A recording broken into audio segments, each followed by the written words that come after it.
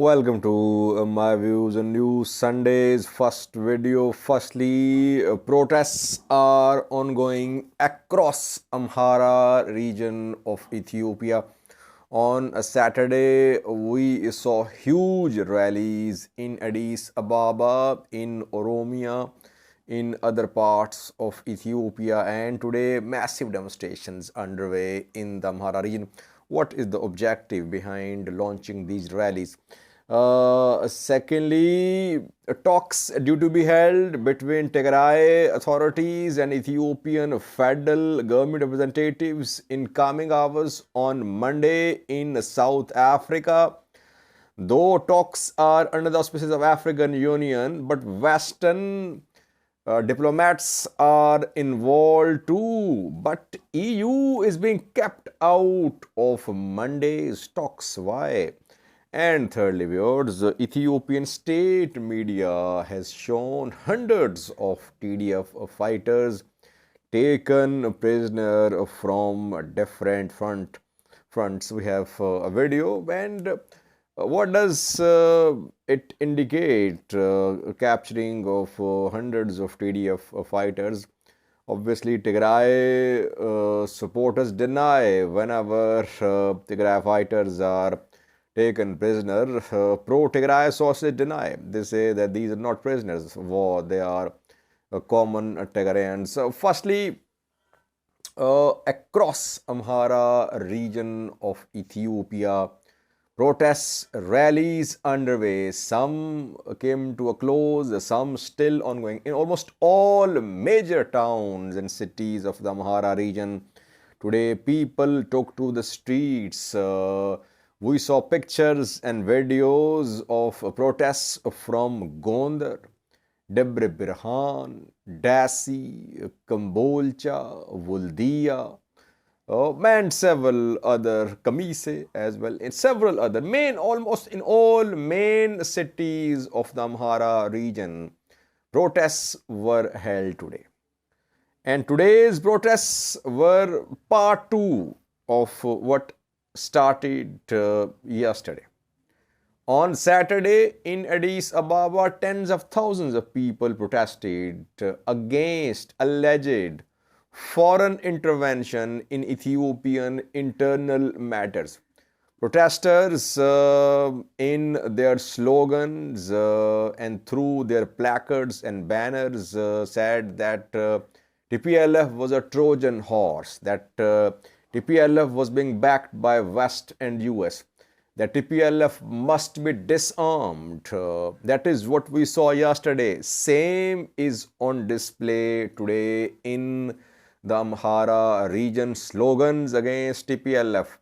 Proxy war is written on several banners being displayed by protesters, that West and US are fighting a proxy war. Through TPLF, they are interfering in Ethiopian internal matters, disarming of a Tigray Defense Force, again a demand of protesters.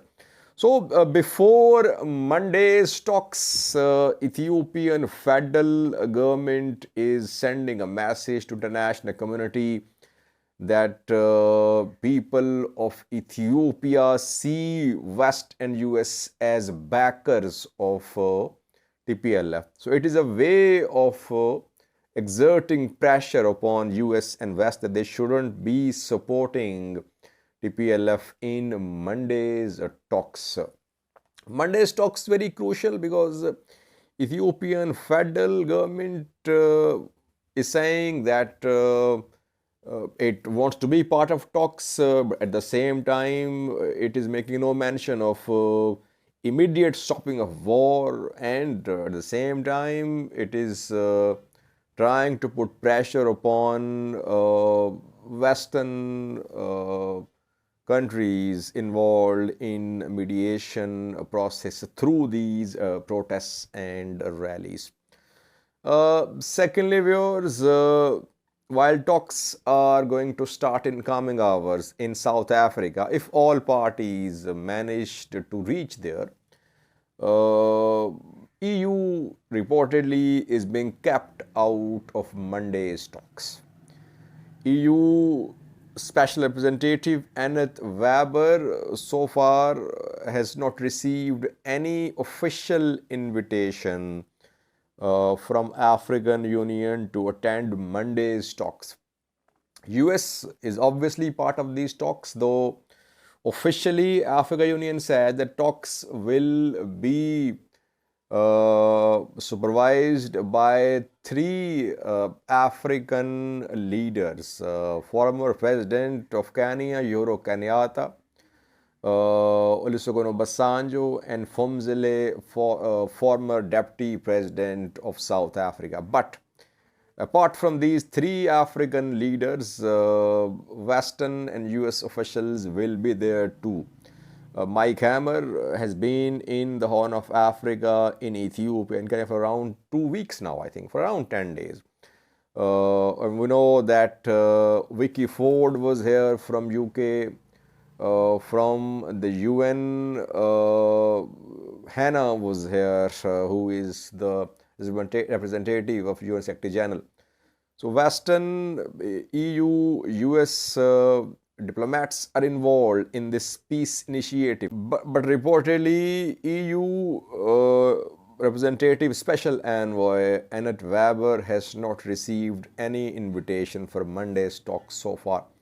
Why is it that EU is being kept out of these talks? It's definitely due to EU's strong position on accountability, on restoration of basic services, on withdrawal of Eritrean military from Tigray. EU withheld financial aid for Ethiopian government last year, and so far EU has not restored the financial aid for Ethiopian budget. US is supporting Ethiopia financially through World Bank, through loans, grants, though for the time being there is some suspension. But EU took a position last year that it would not restore financial aid to Ethiopia unless there is restoration of basic services, unfettered access to Tigray, humanitarian access, and withdrawal of Eritrean military from Tigray. And Joseph Borrell has been preaching for sanctions as well on the parties involved in Ethiopian conflict. And in several of his speeches, he said that it was unfortunate that EU could not agree on measures about Ethiopian conflict. So Joseph Borrell has been supporting. He's been supportive of taking a tough stance on this conflict, but EU did not impose any sanctions, but at the same time it did not restore financial aid for Ethiopia. And we know that just 2 days ago, a pro-Ethiopian government diaspora community protested in front of EU headquarters in Brussels, Belgium, where they chanted slogans against Joseph Borrell as well, EU's chief of foreign affairs. So it means that Ethiopian government does not want EU to be part of these talks. Why is African Union doing what is being told by Ethiopian government to do? I mean, does African Union have any problem with the EU? Ethiopian government has problem with EU, that Ethiopian government considers EU as a backer of TPLF, as a staunch backer of TPLF.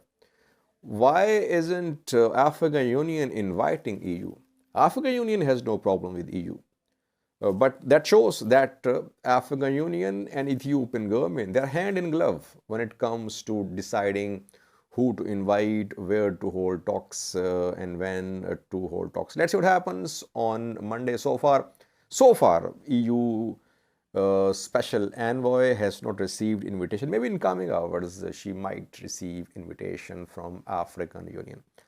Lastly, viewers, pictures and videos are being shown by Ethiopian state media showing hundreds of TDF soldiers who have been taken prisoner by government forces. This is the first time that we have seen such large number of TDF fighters taken prisoner. Last month, Ethiopian government did show some TDF POWs, but that wasn't large number. Now this time we're seeing that hundreds are being shown as POWs. Tigray backed news sources always deny the capture of TDF fighters by government forces. They say that ordinary Tigrayans, common Tigray civilians are arrested and they are shown as POWs. But obviously, when hundreds of thousands of fighters are involved in this war on both sides, so it shouldn't be a surprise for anyone if several hundred or several thousand are taken prisoner by one or the other party. Tigray has also shown thousands of members of ENDF who have been taken prisoner and released as well. Now, Ethiopian government is showing TDF POWs. Watch a clip shared by Ethiopian state media showing hundreds of newly captured TDF fighters in the custody of Ethiopian federal government now. Thank you for watching. በርካታ የሽብር ቡድኑ ታጣቂዎች በመከላከያ ሰራዊታችን ቁጥጥር ስር ሊውሉ ችለዋል።